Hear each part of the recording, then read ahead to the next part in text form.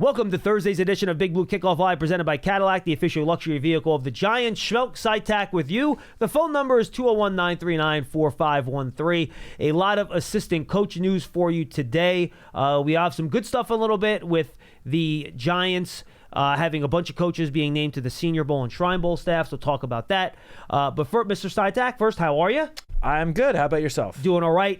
Some bad news here. Mike Trier and Jerome Henderson, the Giants' two secondary coaches, have been let go. Both guys have been here for a while. Jerome Henderson was brought in under Joe Judge in 2020.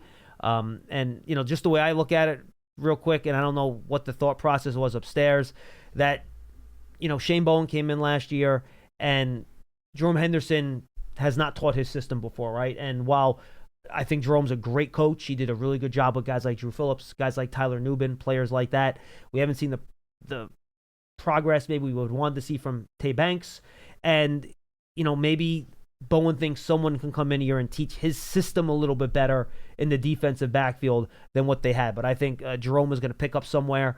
He's going to be a really good coach somewhere. He's going to get hired. And I also think Mike Trier is a really well-respected young coach. I hope he catches on as well.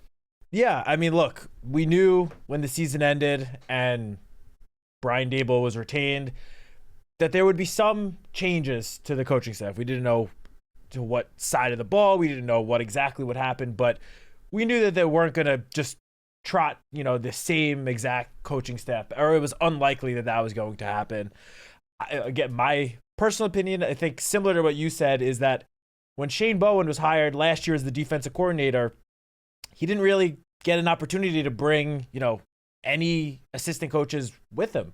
Like, I don't know if, did he bring Charlie Bullen will be the only Charlie guy. Bullen? Mm-hmm. It was Charlie Bullen was not with him with the Titans, though. I don't remember what Charlie Bullen was with Illinois and then the Cardinals. Maybe they were together prior to Shane Bowen getting to Tennessee, but right.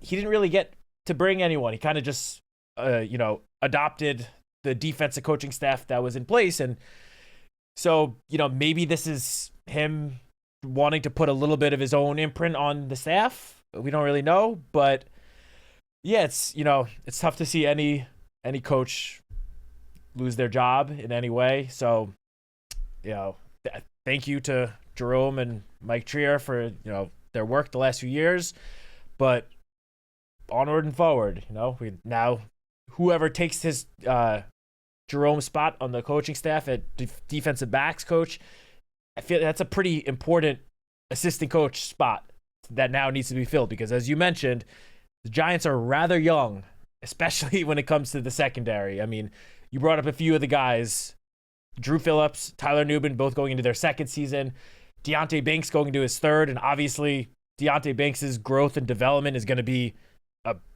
a big factor in the secondary's success this upcoming season. And not to mention, you know, other guys, like Cordell Flott is only going to his fourth season now. Like, the Giants don't, at least as of right now, obviously this could change in free agency, but right now the Giants don't really have, I think, any real long-term veteran players in their defensive backfield. Adoree Jackson, who, you know, clearly was the most veteran guy in that group, is a free agent. And we don't know, it'd be great if he's back, but we don't know if he will be. So that will be a very, very important position to fill on the coaching staff, in my opinion. We'll see how that plays out. Yeah, absolutely. And you wonder, a lot of the way teams do it now, they'll separate at corners and safeties. You have a cornerback coach and a safeties coach. They used to do that. Yeah, the Giants used to do that here too. Yeah, they had David Merritt here and who was the cornerbacks coach?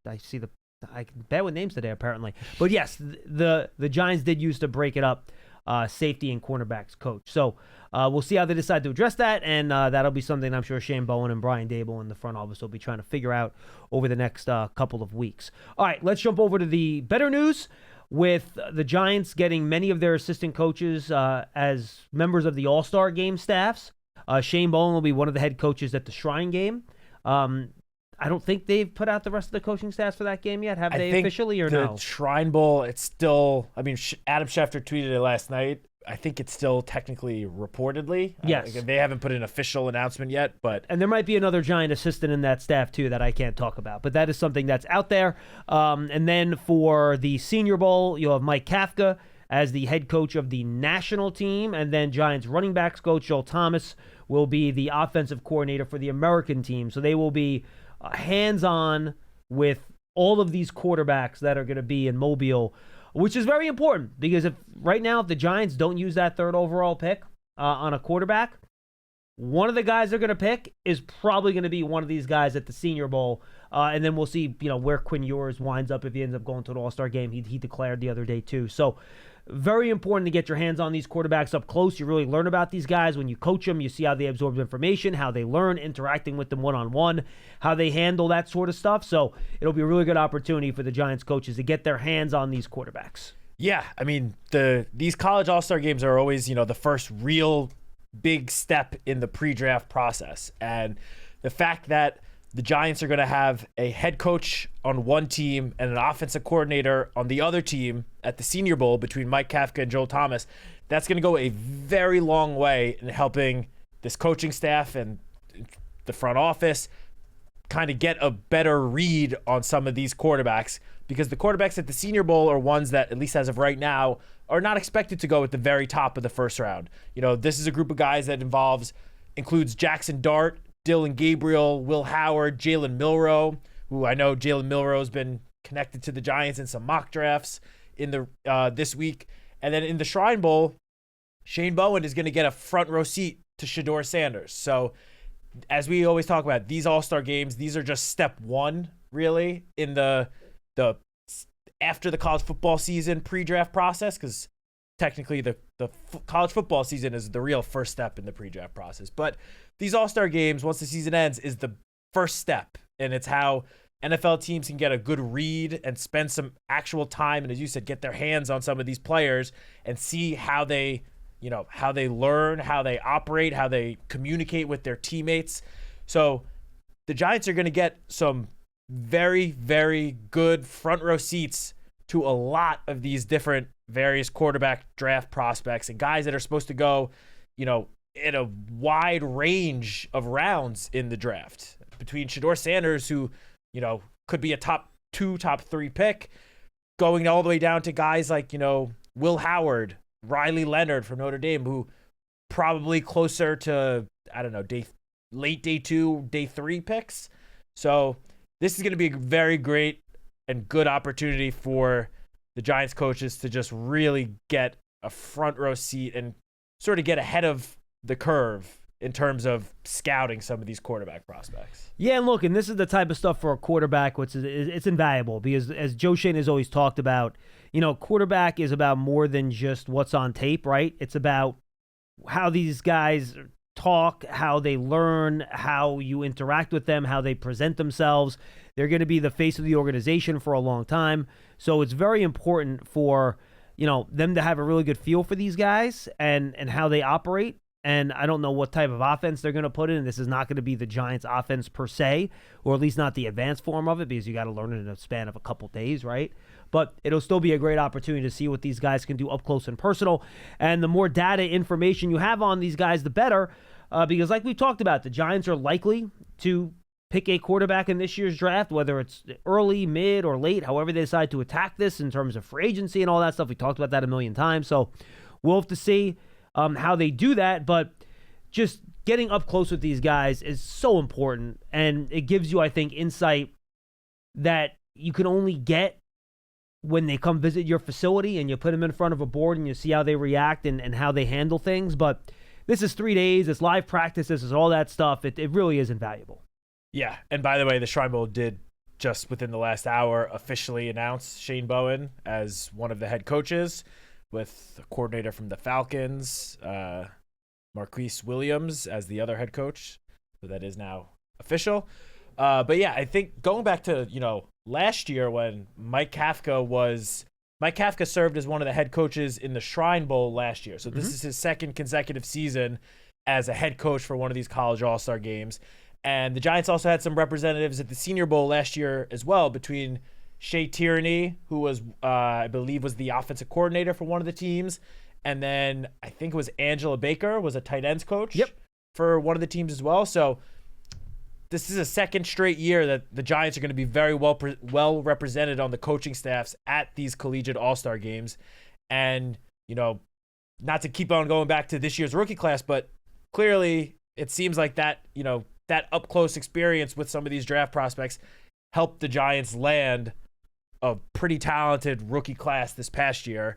And clearly the hope is that they can follow suit again with this year's draft pick or eventual Giants rookie class. Yeah, and again, just most of the non-first round prospects, especially day 2 prospects, are going to be at one of these 2 games. It's just how it goes, especially now that underclassmen are also being allowed at these games. And you look at some of these names that have been announced, and this is one of the better Senior Bowl groups I've ever seen. You might have a new record. Last year, I believe 10 Senior Bowl players got drafted in the first round. I think you might get more than that this year.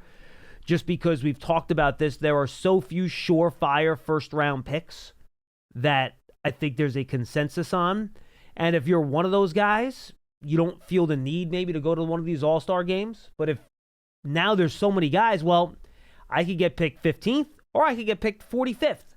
And I think going to these events and showing off in these events in a year like this has really made it more advantageous for more players to accept these invitations. I think underclassmen are more used to the idea of going to these games until last year, and it was a late announcement last year, though they kind of knew a little bit ahead of time that it was only seniors, right, or guys that had graduated. Now anyone can go to these games. So I think it's going to be a really good experience. I can't wait to go down there. We're booking our flights. I'll be at Shrine for 2 days, and we'll be at Shrine for 3, for Senior Bowl for 3. And we're going to learn a lot, and it should be a lot of fun seeing these guys. But it should be an excellent event. And the Giants are Tyler Nubin, Drew Phillips. Nubin was hurt last year, but Phillips was a guy that was at the game last year. He was one of the standouts at the Senior Bowl. So Tyrone Tracy, I believe, was a Shrine game last year, if I remember Tyrone correctly. Tracy and Darius Muasau were both at the Shrine Bowl game, last correct. year. So these are guys that can come out and they can show out, and you learn a lot about them. So I'm excited. I can't wait to go down there. And again, I just think the roster, especially on the defensive line, by the way, is phenomenal. Everyone wants the Giants to get a defensive tackle. Well, guess what? There's going to be some really good defensive tackles at these games. So it'll be fun to watch some of that. Corners, too. It's going to be great. Yeah, just to add to the very last point you made, seen a lot of national media, national reporters in the last week or two when, Jim Nagy, the Senior Bowl, Shrine Bowl, mostly the Senior Bowl, started announcing a lot of the players that were coming. And I saw various big-name national reporters say, while the wide receiver, cornerback, those matchups at the Senior Bowl practices always tend to be like the most exciting on paper. These guys said the matchups between the offensive line and the defensive line, with the level of talent that are going to be down in Mobile for the Senior Bowl especially, those O-line, D-line matchups are just going to be like cinema. Like it must-see TV. As you mentioned, a lot of talent on the defensive line, talented offensive linemen as well. That is where I hope at least you spend a lot of your time down in Mobile, getting some good research on those. I will be on the offensive defensive matchups. line. No question about it. Can't wait to see it. All right, 201-939-4513, 201-939-4513. But a lot going on. So we're really heading into the draft now, guys. We're going to get heavy in the draft. That'll be for the next probably month or so. We'll get to the combine. Then we take like our 3 to 4 week free agency pause, where then there's all the free agency stuff that comes. We do all that. And then we get back into the draft till the end of April. Then we have draft reaction. And that'll carry us through pretty much May. And then we have June and July, which kind of is our slow period. But we'll have OTAs and minicamp and that sort of stuff to cover. So it'll be a lot. Players don't report till like the 3rd week of April this year. I think it's like April 21st or something like that. So I'm guessing that means probably mandatory minicamp will probably go into probably 3rd week of July, since the players are reporting later. But I'll have to check those dates. What did I say? July? Yeah, June. Yeah, 3rd week of June. And I haven't seen what like the training camp starting dates would be this year. I'm guessing that the first week of the regular season next year is probably later than usual. I know it was very early this year, but usually that's what dictates these other dates on the calendars. I'll take a look at it. It also depends. Part of when training camp starts will depend on if Eli gets into the Hall of Fame, If he does, then there's at least a chance that the Giants could be playing in the Hall of Fame game. But that we will find out in just a few short weeks at the NFL Honors when they officially announce the Hall of Fame class. Yeah, absolutely. So mandatory mini camps. Let's see. Do we have that here? We do not. So they don't have exact things here in terms of dates for first week of the regular season. I could just probably check. Well, it's typically the Sunday after Labor Day. Yeah, I'm going to check what day Labor Day is right now. So I think Labor Day is early again. Labor Day is, you're right, it's September 1st. That's which interesting. Means week 1 would be Sunday the 7th. Yeah, and that isn't that late. So that's interesting. All right. 201-939-4513. Also, we are officially Jesse Armstead days away from the NFL draft. 98 days.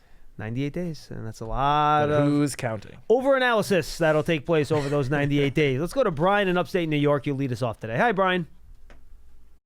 Hey, John and Matt. How are you guys doing? We're good, dude. Good. How are you? I'm great. I just wanted to.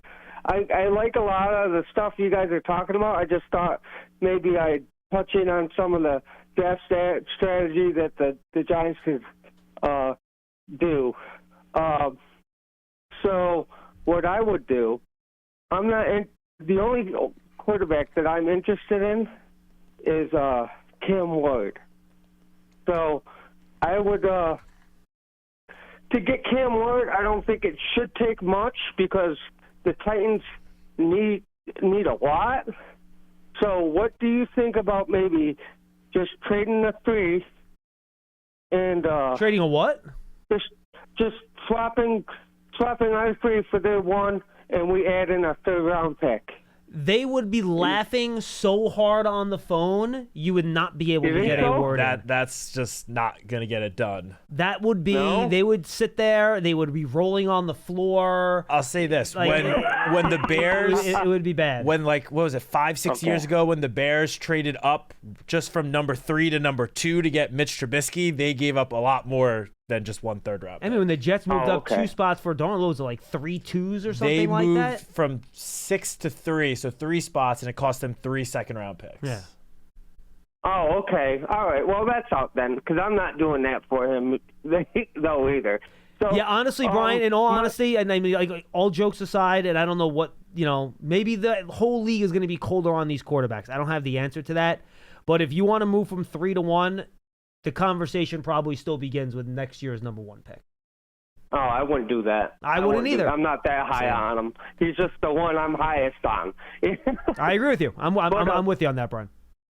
But so what I would do, everybody's in on this Travis Hunter kid, and I like your stance on it. 2 bites at the apple. But to me, if he's not a wide receiver. Like, if you do both, that means you're not very good at one. You know what I mean? I don't like the hybrid player kind of concept. Yeah, but Brian, here's the thing. I think he's so good at both, they had to play him at both. I don't think this is a deal where, like in Major League Baseball, where if you have a closer by committee, it means you don't have a closer. I don't think that's what the deal is here with Travis Hunter. I think he was just so much better than everyone else on that team. They felt like they had to get him on the field on both sides of the ball. And I also just don't think wherever he ends up in the NFL, it's going to be very difficult for him to keep up, the level of two-way play that he did at Colorado. No, he won't. He played over 600 snaps on both offense and defense this past season. That's impossible in the NFL. Your body is just not going to be able to withstand that. So more likely than not, he's going to be a full-time player at one position and then, maybe a handful or a package of plays at the other. So the most likely scenario, at least in my head, would be a full-time cornerback with a package of plays at wide receiver each game. That, I think, is probably the most likely scenario we see with the position Travis Hunter plays in the NFL. Obviously, you never know. He's made it clear that he would like to try to be a full-time two-way player, but I just don't see how that is realistically possible. Well, I mean, I just bring him up because he would be my trade chip if he's there. So if he's there, which I think he might be, I would bargain, with another team trying to move up to get him. and maybe trade down to as far as 6. I don't know who's at 6, if they'd want. Travis Hunter. That would be the Las Vegas Raiders, who, if they are trading up from 6 to 3, my guess it would be in hopes of landing Shedeur Sanders or a quarterback. Period. I also don't want him, so I'd be perfect with that too. So I would personally like to take either the Abdul Carter kid or what's his name, Mason Graham. Well, yep. Peter, I'll just say this: Abdul Carter ain't getting the 6, dude. Like Abdul Carter's not. I don't think he's getting the 6. He could go as high as 2. He could go as high as 2. Yeah, I mean, he could be the first pick for all we know. Yeah, he could be. I think the first.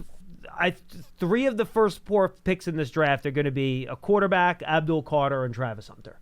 And then who comes after that, I think, is very much open for debate. Then it gets really, really interesting. Yeah, I'd really like that Abdul Carter because I'd like to fortify our strengths and impose our will on other teams just to establish some kind of identity. Because right now we're basically sailing without a rudder right now, and I'd like to I don't know, maybe the one thing I've noticed about the Giants over the years is gone are the days of making players better. I mean, we have players, they go other places, they were useless here, and then they're good other places. So the only coach that I really have faith in is Kevin Basillo. So I want to draft more linemen so we can fix that. I want to draft more defensive linemen and offensive linemen. And what do you think about that? I appreciate the call, Peter. Good stuff. Yeah, I have no problem with that. Build up front. That's what the best teams do. Draft offensive linemen, draft defensive linemen. I don't think there's going to be an offensive lineman that's worth your bang for the buck at 3, personally. Even if you go down to 6, I'm not sure, to be totally honest with you. I know some people really like Banks. Will Campbell. Will Campbell's another guy. I think he's a top 15 pick. I have a first-round pick on him. I think Banks I probably will too, though I might see him as a guard. You watch some guys and you're like, that guy looks like a guard. He just looks like a guard to me. Campbell looks like a tackle to me. I know his arm length is not what people want it to be, but he moves well. So I don't think you're getting one in the first round, but look, you can find starting caliber offensive linemen, especially interior guys on day 2 and even early day 3. Like there are 4th-round offensive linemen picked all the time that turn into starters. Happens all the time. Oh, every single year it happens. Guys like, for example, just Trey Smith. Wasn't he a 6th-round pick? Yeah, but the only reason he dropped that far is because of the heart problem. But at best, he was projected, I think, as a mid-round pick anyway, like a 3rd or 4th-round pick. Dude, look at Mason McCormick last year. Creed Humphrey, Quinn Ewers, not Quinn Ewers, Quinn, the Broncos guy. Miners, Quinn Miners. Yeah. Yes, Quinn Miners. These are all guys that were, day that 2, name I remember. early day 3, early day 3 picks. Peter Ginta, by the way, was the cornerbacks coach. It came back in my head. But yeah, look, in terms of adding offensive, defensive linemen in this draft, first of all, with the offensive line, and I've said this the last 2 weeks every time that this topic has come up, I really don't think our offensive line was as much of a problem as some people are portraying it to have been. I think with a healthy Andrew Thomas and with Jermaine Illuminor at right tackle, with John Runyon hopefully back healthy, with John Michael Schmitz going into year 3, and what I hope would be a return of Greg Van Roden, I think having those 5 as your starting or your projected starting offensive line going into training camp, I would feel completely comfortable with that. And then you still have, Evan Neal as a backup, whether that's a tackle or whether they decide to maybe try him at guard, who knows? But him, Josh Azudu, who, while he wasn't perfect, he did take a step in the right direction this past season. Having those guys as depth, I would then love to add another mid-round pick to sort of shore up the depth on the offensive line. Also, I think a guy like Jake Kubas, with more time to develop, could turn into one of your first reserve guards off the bench, and a guy that, if called upon to start a game or two, could do it, and you don't feel like you're missing a beat on the offensive line. Here's how I would put it. I don't see that position as an emergency must-fix immediately situation like it was the year prior. But I still think there's room to get better. Yeah, I think that's fair. You know what I mean? I think if you want to, ideally, I mean, you'd love to have a top 10 offensive line. I mean, that would be that's the type of foundation that can help drive your team. What position on the line then are you looking to improve? See, because 4 of those starters are under contract to return. Correct. See, I love the fact that Jermaine Illuminor can play multiple spots for me. So that gives me freedom to just find the best guy, and then I can move him around. Me and Paul talked about this yesterday. I would love to add a tackle in either free agency. Now, that probably gets too expensive. Or in the draft this year, so that if Andrew Thomas has an injury issue, it's easier to slide somebody in, and you have a little bit better depth at that spot. I happen to look at it. I don't know what this coaching staff thinks, and they might slap me down on this, and that's fine. They know a lot better than I do. Trust me. I would like to try Evan Neal a guard to see if that works myself, personally. But of course, I would yield to Carmen Brasillo's and Brian Dable's expertise in that area, clearly. But that's why I'm thinking I would love to bring Greg Van Roten back as a swing guy, and if he has to start for you, that's fine. And again, maybe this tackle that you bring in isn't ready this year if you draft him in the second round or something like that. And that's fine. That's okay, right? This isn't a one-year project. So I would like, ideally, to have a tackle come in. And remember, Jermaine Illuminor is only I think he's on a 2-year deal, right? So he only has 1 more year left on his contract, too. So I would probably look for tackle. That's much harder to find. Actually, but it is what it is. On yesterday's show, I agreed with all your points you just said. I said, well, I did say I would love Greg Van Roten to return. I said, if it were me, I think I would try shifting Evan Neal inside to guard. And then I also said that if I had to choose then between adding a tackle or a guard, I would prefer to take a tackle as well. Whether it's signing a reliable swing tackle in free agency or spending maybe a day 2 pick on a tackle, that is how I would address the position as well. Now, in terms of the defensive line, real quick, that is where I would definitely at least consider, if you're not taking a quarterback with your first pick, definitely consider adding to the defensive line there, whether it's Mason Graham on the interior or Abdul Carter on the edge. Those 2 are 2 of my top targets with the Giants' first pick. And you can double dip there too. You want to pick one of those guys, tackle early and an edge day 2, or an edge early, tackle day 2, or heck, pick 2 defensive tackles. I don't care. Do it. Yeah. Again, look at how teams like the Philadelphia Eagles have succeeded. All right? The teams that have been consistently good, even the Dallas Cowboys in the Giants division. Look at both of them. They build up front on both sides of the ball. That's how they try to win football And games. if you look at their recent drafts the last few years, Howie Roseman will take guys in the first or second round at positions that they do not need more guys. Yeah, like Cam Jurgens, for example. They drafted Cam Jurgens when Jason Kelsey was still going to play 2 more years. Yeah. I mean, I know, Jordan Davis hasn't exactly panned out, but Jordan Davis, Jalen Carter, those guys were both drafted when the Eagles still had very good starting defensive tackles. Dude, Nolan Smith made game-changing plays in the first round of the playoffs. Yeah. He didn't have to. He barely played his first year. He was a first-round pick. That was going to be my next example. So that is why, and I feel like this is talked about every year, you like in free agency to address as many needs as possible. So when you get to the draft, you can just simply take the best players available. Agreed. And that is what I hope will happen this offseason for the Giants. Let's go to Ron in New Jersey. He's up next. Hey, Ron.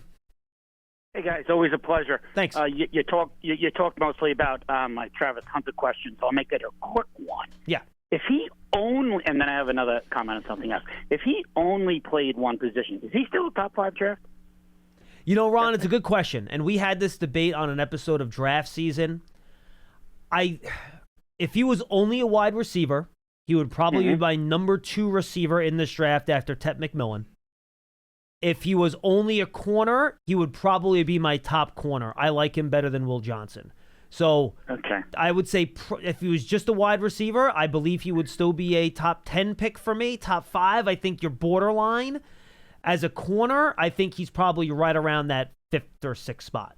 Yeah, in terms of if he were just a corner, I agree. I think just the way he performed this past season to Colorado, he would just beat out Will Johnson to be the number 1 corner in the draft. Big. He's only 5'11". I know people are afraid of that with corners. He's not that big, and I've seen other people say, "Oh, well, at Colorado he didn't play the highest level of competition." I mean, that's not wrong. It's not wrong, but Look at Sauce Gardner. He didn't play the highest level of competition and came right in and was he all pro as a rookie? I don't know. Maybe from watching the Giants play Dallas so much, and I see them with their two ball hawking corners in Trayvon Diggs and Deron Bland, and how that can create so much for a team. And you see Travis Hunter's ball skills. That gets me going a little bit. I get excited about that sort of stuff. Yeah, and then in terms of wide receiver, I don't believe he can do it, Matt. I'm with you, and I wish him all the luck in the world. I'll believe it when I see it that somebody can take all those snaps in the NFL from college. No, Ron, he won't. I think you're looking at to Matt's point, a full-time corner and a dozen 8 to 12, 8 to 15 play package as a wide receiver, and that's what you're looking at. Got it. Okay, if I may, I have an untimely comment on the end of the year, something that's been irking me in my circles of football fans. Sure, what do you got? What's the difference? So Kansas City, at the end of the year, they sat all their players, right? Mm-hmm. They didn't tell anybody on the field to fumble. I would never want that. You play as hard as you can. But their thinking there was because of the near future. This will help us in a week, in 2, in 3 weeks. How is that different from a team that has the first-round draft pick or a second-round draft pick with a game or two to go to do the same philosophy and say, everybody play as best as you can. I'm going to see who I have for next year, but I intentionally sit my best players. All right, Ron, appreciate the call. Isn't that the same thing? Great question. I'm happy you asked it, too, because I have actually gotten this question on Twitter from people, so I think it's a really good question. Thank you for that, Ron. I appreciate it. It's different because you earned the right to rest players because you're good, right? And to me, that's different. And, the guys you're resting aren't going to be guys that are fighting for spots on rosters the following year, right?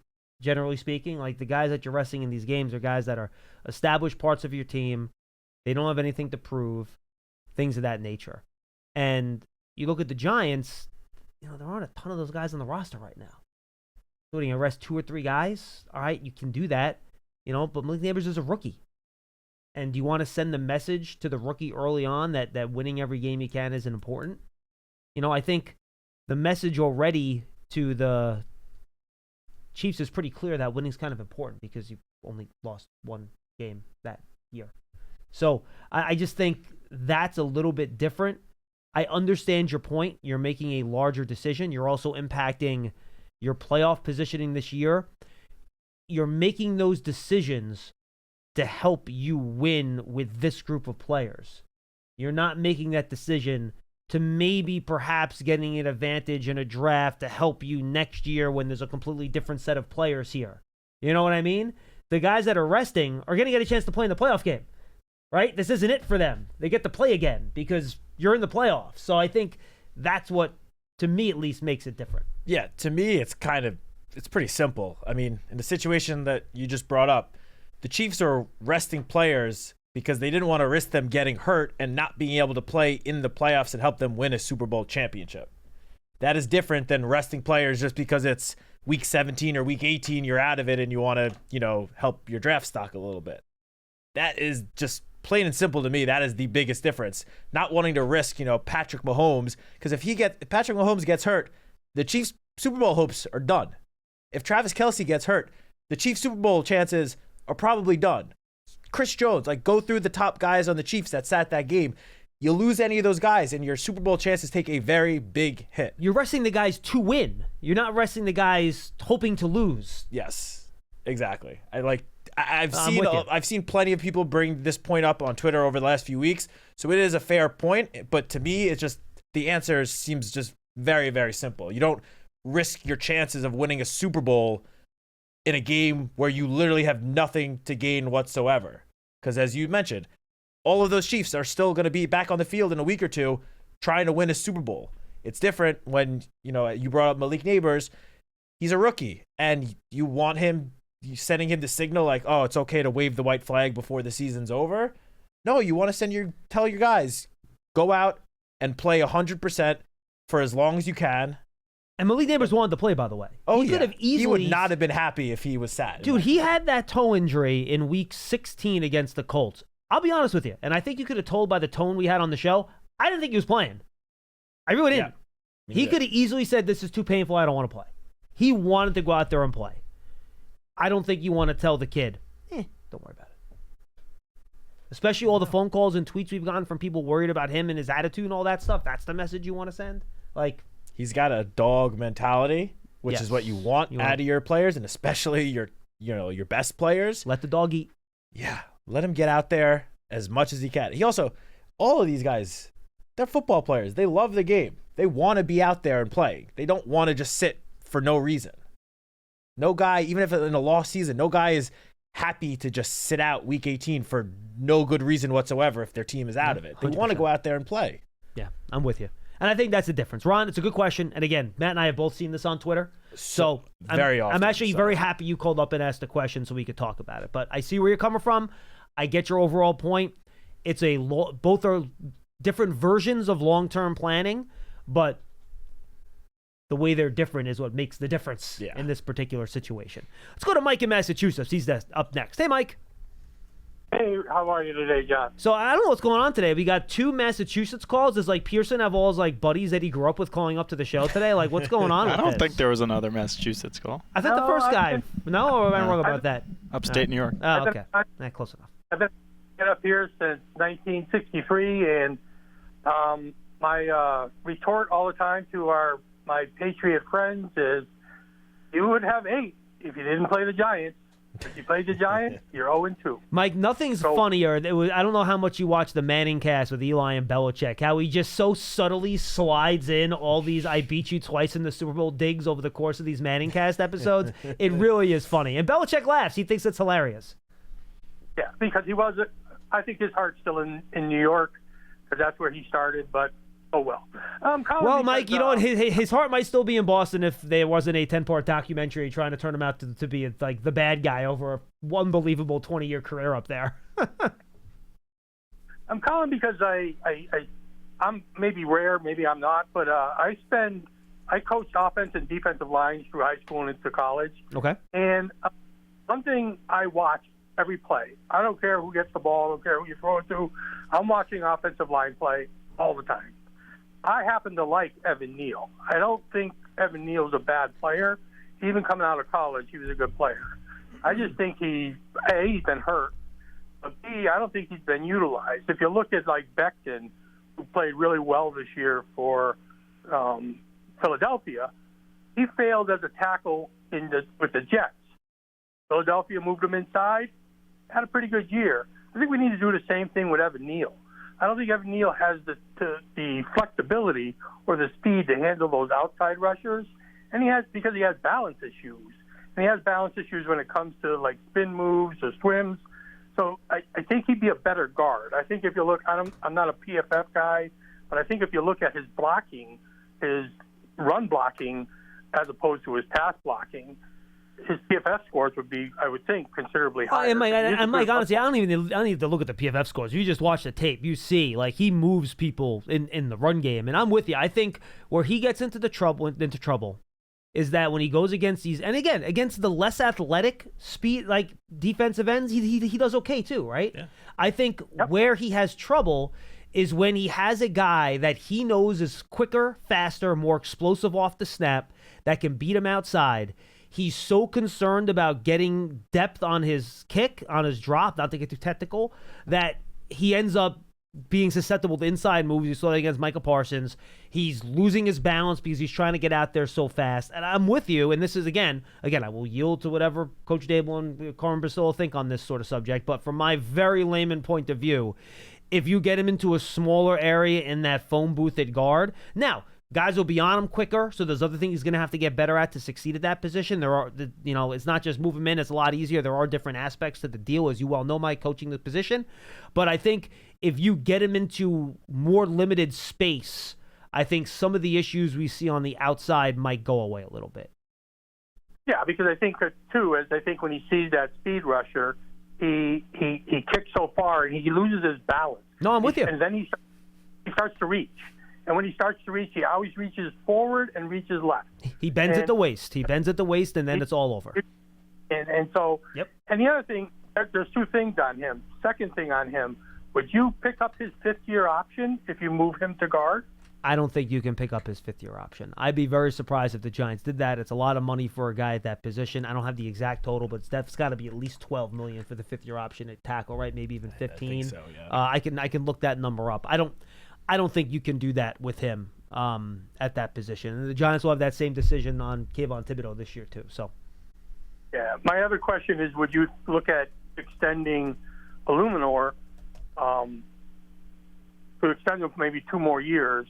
And I think moving Van Roten, because I'm not a big Michael Schmidt fan. Ooh. Oh, by the way, real quick, the fifth-year option on Evan Neal from over the cap is projected at $17 million. Okay, that's a little steep. That's a little steep, yes. Just a little.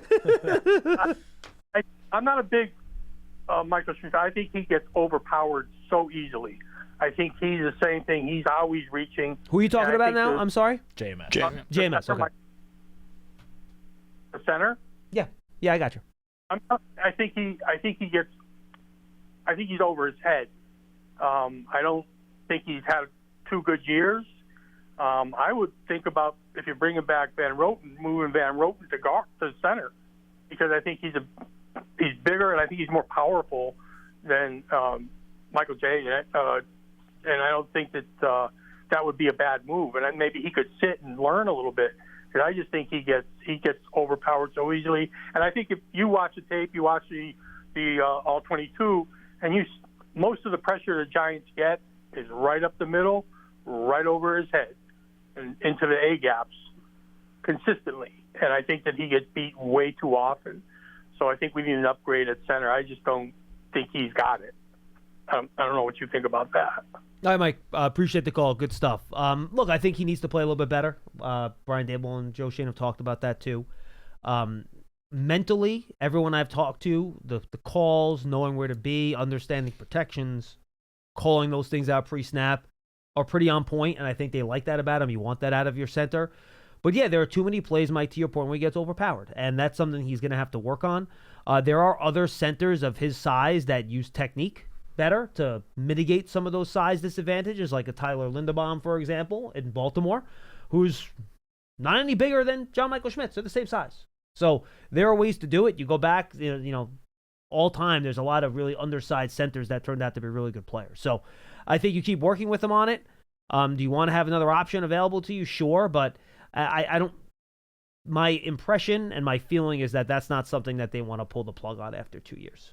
Yeah, nor should they, because while he was certainly not perfect this past season, he did take, just like Azudu, he took a step in the right direction. He got better than how he played as a rookie, which, let's not forget, it was only a couple of years ago that everyone was ready to write Andrew Thomas off after his first 2 seasons in the NFL.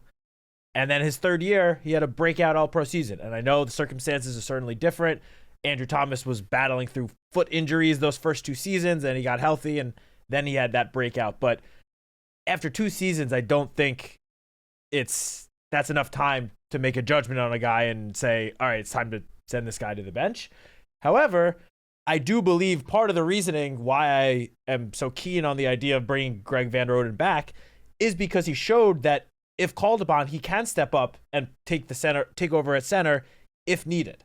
Yeah. He can play the 2 guard positions and that center, and I think that's just valuable, just as insurance for JMS, not so much for if, JMS is playing so poorly they need to get benched, but if he were to get hurt again, you have a very reliable starting caliber guy that can just shift right over from guard to center, and then hopefully you have, a talented backup guard that can then take his spot at guard. So, yeah, I don't think it's enough time to write JMS off yet, because he did show some signs of improvement. Mm-hmm. I think you got to give him another year, see what he can do. Another year under Carmen Brasillo should help him significantly. And I would be if they want to extend Jermaine Illuminor, I'm all in. I love that dude. I'm all for that. I love that guy. So I'm all in on that. Let's go to Len in Columbia, Maryland, our final call of the show. Hey, Len. Hey, guys. How you doing? We're good. Good. How are you? We're 2 weeks since the season ended, and I think where I stand on the state of the roster. I think we're a ways away. There's still some work to do, Len. Being in contention for a playoff spot. But hey, we got 7 months here to fix things up, free agency, draft, maybe some trades. We got to get some senior leadership in here. Back around week 6, I called in and I said to you guys, the defensive backfield looks like it's in disarray. They're running around like chickens with their heads cut off. I mean, it's just look. There was nobody back there taking charge. I would want Len in free agency to add a veteran defensive back. I'm with you on that. Yeah. We got to do that. And I'm sorry about Henderson. I mean, he's a good coach. Jerome's awesome. He's the best. Yeah, he's going to find work pretty quickly. I don't think there's any problem with that. But we got to get senior leadership all over the roster. I mean, look at Washington. I know Jaden Daniels. I know new coach. I know new general manager. I get all that. But Wagner, Darren Armstrong, Ertz, Louvu. I mean, they brought these guys in and they're going to the Pro Bowl, and they've made a huge difference. We got to get some senior guys. Got to get some senior guys in there. Matt, I'm with you on the offensive line. I think totally we've got 8 guys on the contract. If we can't find 5 guys to play on that offensive line out of the 8 guys we have on the contract, I'd like to know who put those guys on the contract. If that makes any sense. You want to bring somebody in, maybe the swing tackle. We really don't have a swing tackle. Even if you re-sign Phillips, I mean, Phillips is a right tackle. He can't play left tackle. And with regard to Van Roten, unless you're bringing him back as a starter and you're telling him that, I don't think it's going to work out. Matt, John has heard me say this before. I am not a big proponent of former starters on your team becoming backups on your team. It just doesn't work. And the reason why it doesn't work is, and we'll use Van Roten as an example, Van Roten thinks he's a starting guard, or maybe he even thinks he's a starting center. I don't think he wants to play center, Len. I think he wants to be a guard, to be honest with you. Well, I see he sees himself after this year, and thank God we had him. He gave us 17 games, played a couple of positions, but I don't think we can bring him back as a backup. It just, in my mind, it never works. Matt, earlier in the week, you and Paulie got into a discussion, and I was pleased to hear Paul bring up the idea that maybe we ought to go back to the traditional 3-4 defense with the 3 guys with their hand in the ground and 4 linebackers standing up behind it, and get away from 2 guys in the middle and maybe Burns at 260 or Thibodeau at 260 with their hand in the ground. I'd like to see us line up if Bowen wants to go 3-4 as the base. I'd like to see us line up 3 defensive linemen who weigh together between 950 and 975 pounds. I want to see some beef up there. Len, here's the problem, though. If the other team puts out 3 wide receivers, you can't line up that way. You will get obliterated if the other team comes out with 3 wide receivers. Well, maybe we can get back to that in another conversation, John. Okay. Let me move on with this and ask you a question about Graham. All right, last question, Len, then we got to run, okay? Yeah. Ask you a question about Graham. Everybody wants somebody who plays next to Dexter. But there's only a certain type of defensive lineman who can play next to Dexter. You can't put a 275-pound guy next to Dexter. I mean, it isn't going to work. You can't put a 290-pound guy next to Dexter, though. If you go to a 3-4, if you line up in a 3-4, John, can Graham play with his hand in the ground at defensive end? In a 3-4? Yeah. Yes. All right. He can play on the end. I think he can, yes. Okay. But there are other guys in this draft that might even be like Ty Robinson out of Nebraska. He's like 6'6", 305. And how about the kid? Like, he reminds me of Chris Canty a little bit. I got my eye on that kid from Mississippi. Oh God, why can't I bring back? Is it Nolan? Who's the kid? Walter Nolan. Well, now Walter defensive end? Nolan's he's barely 300 pounds though, Len. He's not a big guy. I missed that. Say that again, No, John, please. Walter Nolan. He's not the Walter biggest Nolan. guy. He's barely 300 pounds, if that. All right. Well, listen, Walter Nolan is 305. You got to be at according to the least website. 300 pounds to play in a 3-4 defensive Yep, end. 305. You can't play there at 260. He's 305. I've taken too much of your time. I appreciate the time. I'll call you back next week, Sean. Have thank fun you, Len. at these two All-Star games. Yeah, appreciate it, Len. And by the way, Len. we're off on Monday for Martin Luther King Jr. Day. Paul and Citak will be on Tuesday or Wednesday. I'm off Tuesday. Wednesday, I have an appointment in the afternoon. I'll be back on Thursday, depending on when our flight is Friday. I might be on, or Matt might have to slide in for me on that day too. We'll have to see. But I will definitely have, when I'm on next Thursday, we'll do a big senior and Shrine preview show, and I'll go through a bunch of prospects for you guys, and we'll kind of roll through all of that for you. Like I said, we had to roll a little early today. We appreciate you guys being with us. Go check out our other stuff right now on our digital platforms, Giants YouTube channel. A lot of good stuff's going on up there. We just had the Malik Neighbors, Madeline Burke interview put up yesterday. Giants Conversations. Also on the Giants Huddle podcast feed. Check that out. Also going up today, we had Dave Syvertson, I believe. That went up a couple days ago. That's our draft primer. For those of you that haven't done a lot of draft work so far with us on draft season, our draft podcast, subscribe to that too, by the way. And then Sam Monson does a little free agency primer for us. He's now with the 33rd team, formerly of PFF. That's going up either today or tomorrow morning. It's on today, Pearson. It's going up today or tomorrow morning. One of those two. So check it out Friday. It'll be late Thursday, early Friday. That'll go up there to kind of just get a feel for what this offseason might look like from a 20,000-foot view. You can find all that content and all our podcasts at Giants.com/podcast, the Giants app, or just search for Giants Huddle, search for Giants Podcast Network, search for Draft Season on your favorite podcast platform, or even Big Blue Kickoff Live to subscribe and leave that 5-star positive review. Mr. Citak, I appreciate it. Thank you. For Matt, I'm Schmeelk. We'll see you tomorrow, Datino and I, for one more episode this week of Big Blue Kickoff Live.